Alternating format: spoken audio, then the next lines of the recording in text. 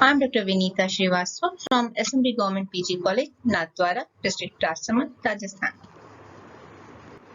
My today's session is devoted to euthanasia. Euthanasia is a very controversial issue. Mercy killing, assisted suicide, physician-assisted suicide, happy release, merciful release. These are some of the synonyms of euthanasia. Euthanasia is an issue which encompasses the morals, values, and beliefs of our society. Those preparing for UPSC Civil Services examination will find this topic relevant as far as their general studies paper 2 is concerned, dealing with governance, NGO's role, policy for health and social sector. Those preparing for general studies paper 4 dealing with ethics, morals and values will also find this topic relevant. Wikipedia defines euthanasia as the practice of intentionally ending a life to relieve pain and suffering.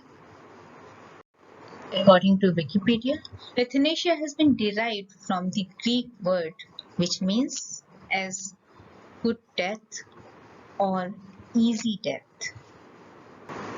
According to Collins English Dictionary, euthanasia is the practice of killing someone who is very ill and will never get better. The practice of killing someone in order to end their sufferings, usually done at their request or with their consent. So, euthanasia is understood as the killing of a patient suffering from an incurable and painful disease or an irreversible coma. There are some other instances also where some people want to end their life, but they do not want to commit suicide. In many cases, it is carried out at the person's request, but there are times when the person is unable to take any decision, like small children, somebody in coma, and like cases. And the decision is in such cases is taken by the relatives, medical professionals, and in some instances by the courts. So, we have till now understood that euthanasia is a practice of killing or letting person die due to severe illness or incurable diseases. But there have been cases where the persons were healthy and happy but still demanded euthanasia. They were of the opinion that we have lived our lives to the optimum level and we do not want to live anymore. We just want a dignified death. But at the same time, such persons did not want to commit suicide and demanded euthanasia. There are legal and moral issues associated with euthanasia. There are different euthanasia laws in each country. The British House of Lords Select Committee on Medical Ethics defines euthanasia as a deliberate intervention undertaken with the express intention of ending a life to relieve incurable suffering. In the Netherlands and Belgium, euthanasia is understood as termination of life by a doctor at the request of a patient. The Dutch law, however, does not use the term euthanasia, but includes it under the broader definition of assisted suicide and termination of life on request. let us see the legal aspects of euthanasia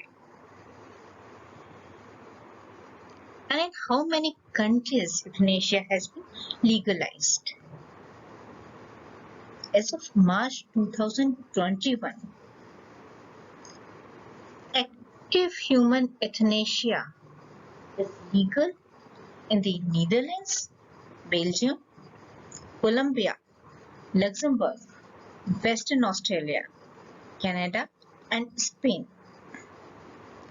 Assisted suicide is legal in Switzerland, Germany, and Australian state of Victoria, and the US states of Washington, Oregon, Colorado, Hawaii, Vermont, Maine, New Jersey, California, and the District of Columbia.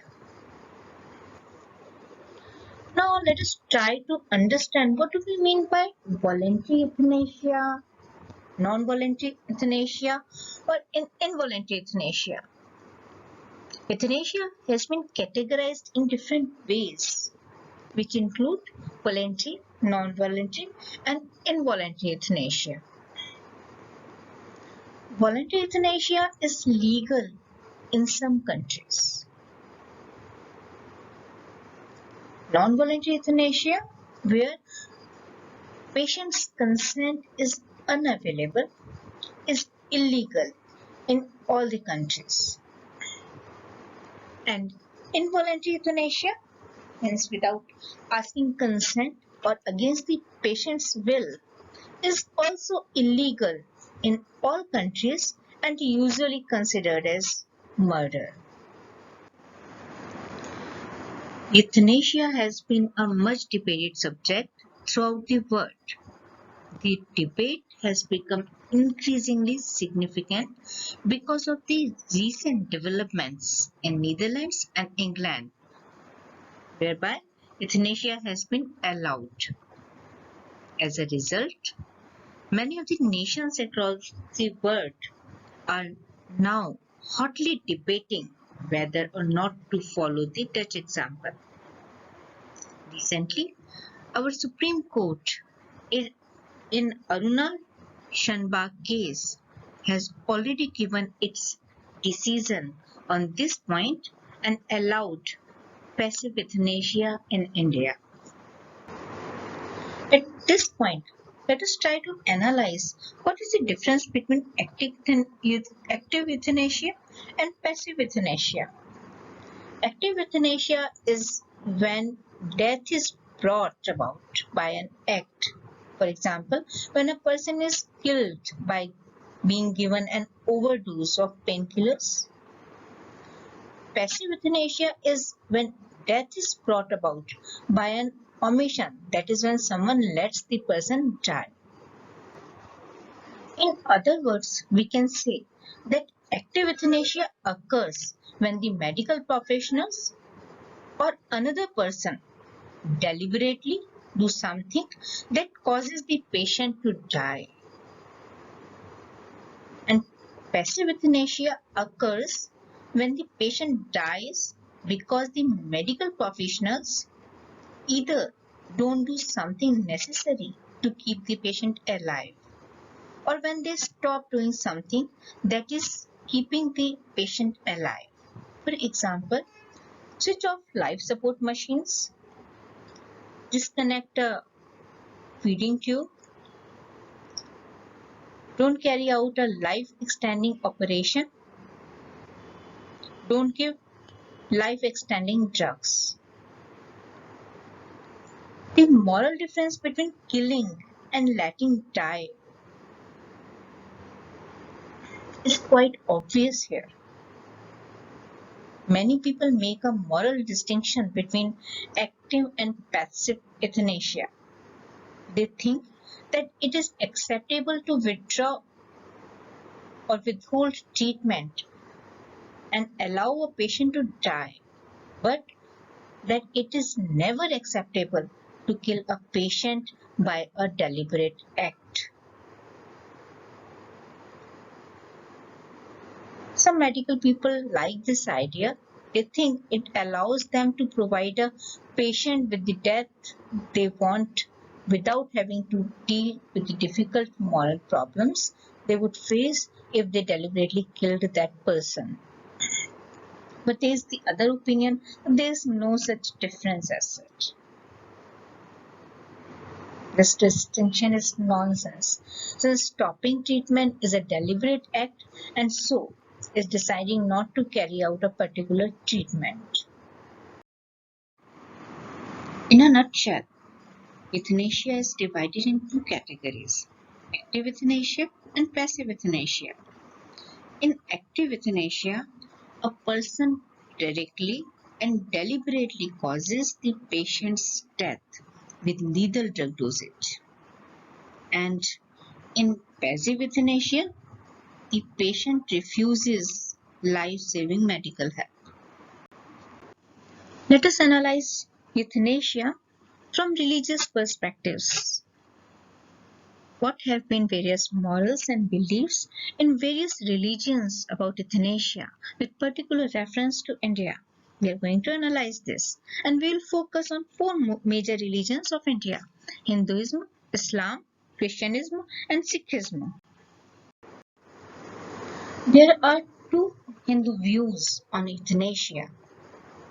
The first view says that by helping to end a painful life, a person is performing a good deed and so fulfilling their moral obligations. But the other view says that by helping to end a life, even one filled with suffering, a person is disturbing the timing of the cycle of death and rebirth. This is a bad thing to do, and those involved in the euthanasia will take on the remaining karma of the patient.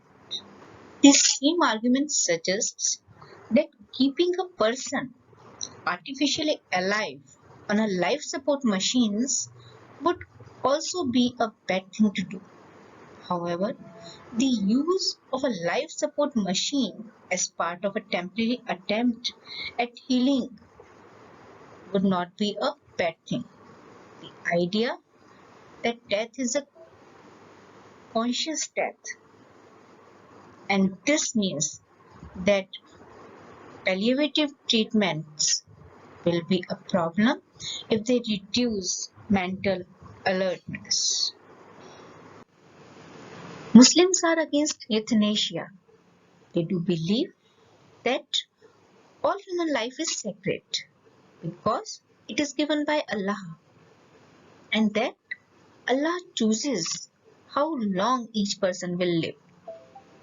Human beings should not interfere in this. Euthanasia and suicide are not included among the reasons allowed for killing in Islam. Suicide and euthanasia, as per the directions under Islam, are explicitly forbidden. The directions say that do not take life which Allah made sacred other than in the course of justice. And no person can ever die except by Allah's leave and at an appointed term. It says, destroy not yourself. Surely Allah is ever merciful to you. However, some Islamic institutions have given different views as far as euthanasia is concerned. Islamic Code of Medical Ethics says that it is futile to diligently keep the patient in a vegetative state by heroic means.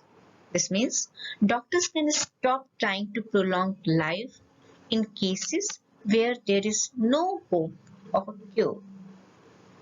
Islamic Medical Association of America, known as IMANA, says that when death becomes inevitable, as determined by physicians taking care of terminally ill patients, The patients should be allowed to die without unnecessary procedures.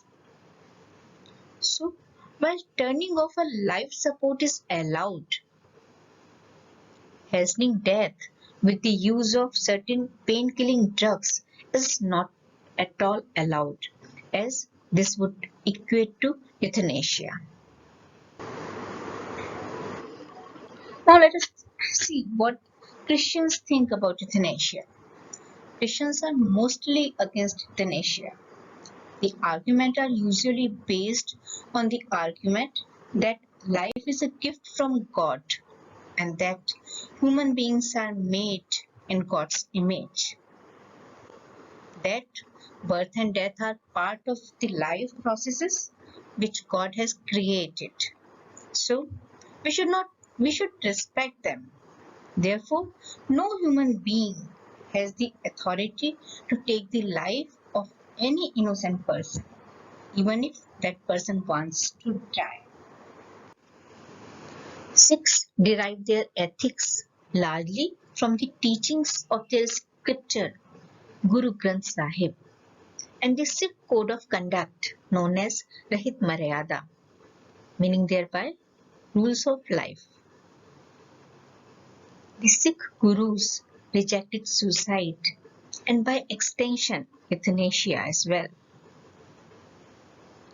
Sikh gurus rejected suicide and euthanasia as an interference in God's plan. Suffering, they said, was part of the operation of karma, and human beings should not only accept it without complaint, but act so as to make the best of the situation that karma has given them. There are some terms which need to be cleared to understand euthanasia.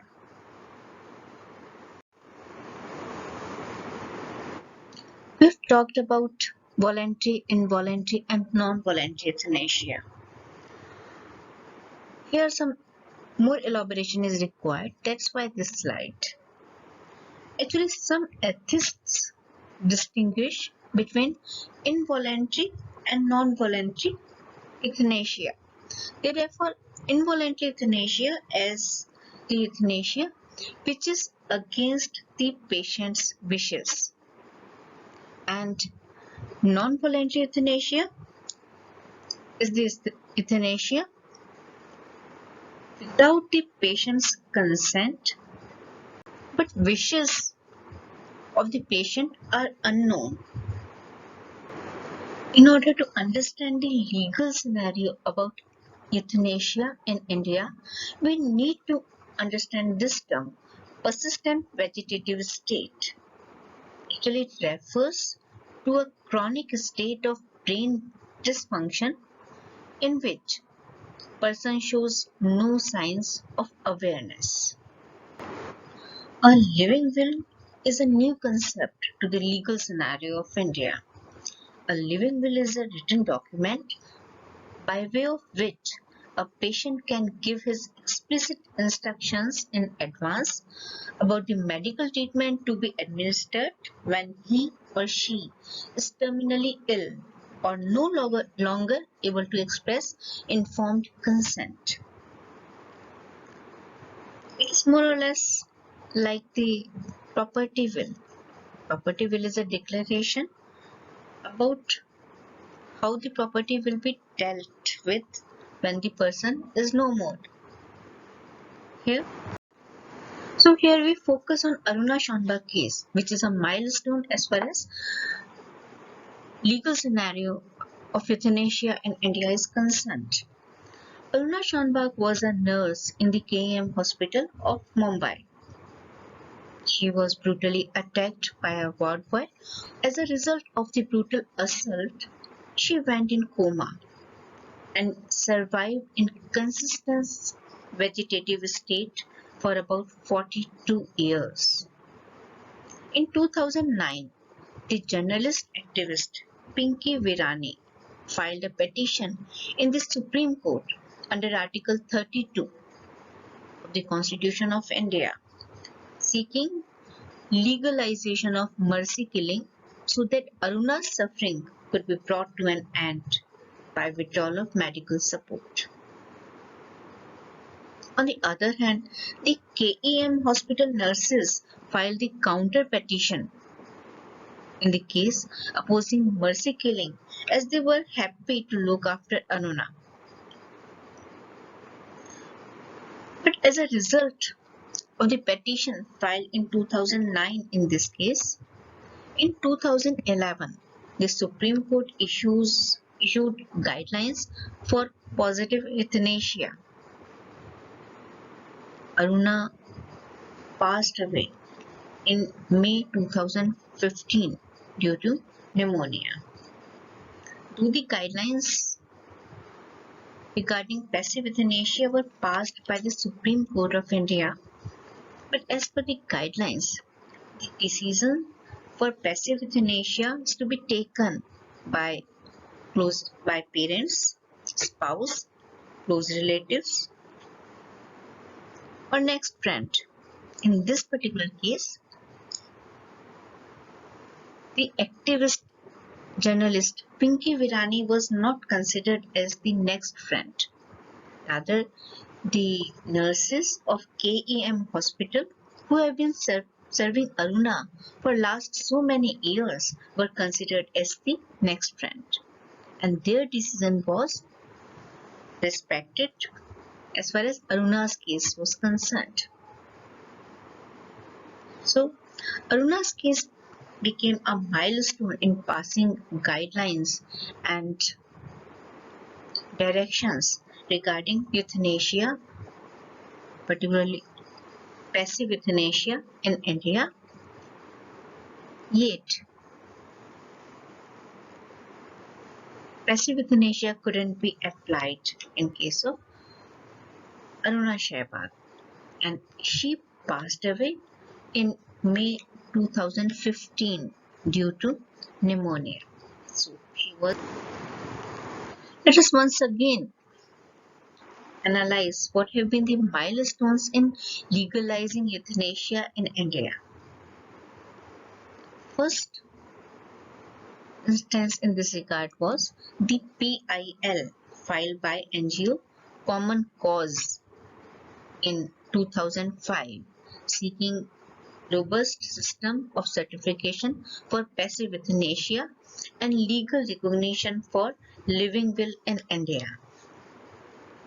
The second milestone was the PIL filed by Pinky Virani in Supreme Court of India in 2009 on behalf of Aruna Shanbhag case. She argued that the continued existence of Aruna is in violation of her right to live in dignity. On March 2011, the Supreme Court issued a set of broad guidelines legalizing passive euthanasia in India. As per the guidelines, the decision for passive euthanasia, that is, to withdraw treatment, nutrition, or water, and decision to withdraw life support must be taken by parents, spouse, or other close relatives, or in the absence of them, by a close friend. The decision requires an approval from the concerned High Court. As a result of various developments discussed earlier, euthanasia law has been passed in India. Active euthanasia by administering an injection is illegal in India. Passive euthanasia is legal in India after March 2011 judgment by Supreme Court. This was particularly referred to Aruna Shanbhag case. Since March 2018, passive euthanasia is legal in India under strict guidelines. Patients must consent through a living will and must be terminally ill or in a vegetative state. So, passive euthanasia is permitted by Supreme Court in two situations. First one is that brain dead patient whereby the ventilator can be switched off.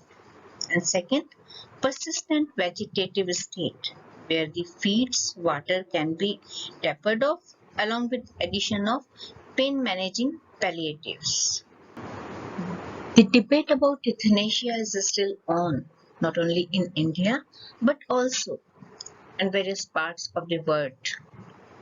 What to legalize? Why to legalize? Is it ethically right to legalize euthanasia or not? Is it morally right to legalize euthanasia or not? Is it religiously right to legalize euthanasia or not? What is the guarantee that the euthanasia laws will not be misused? With so many pros and cons, we all may have a different opinion about euthanasia.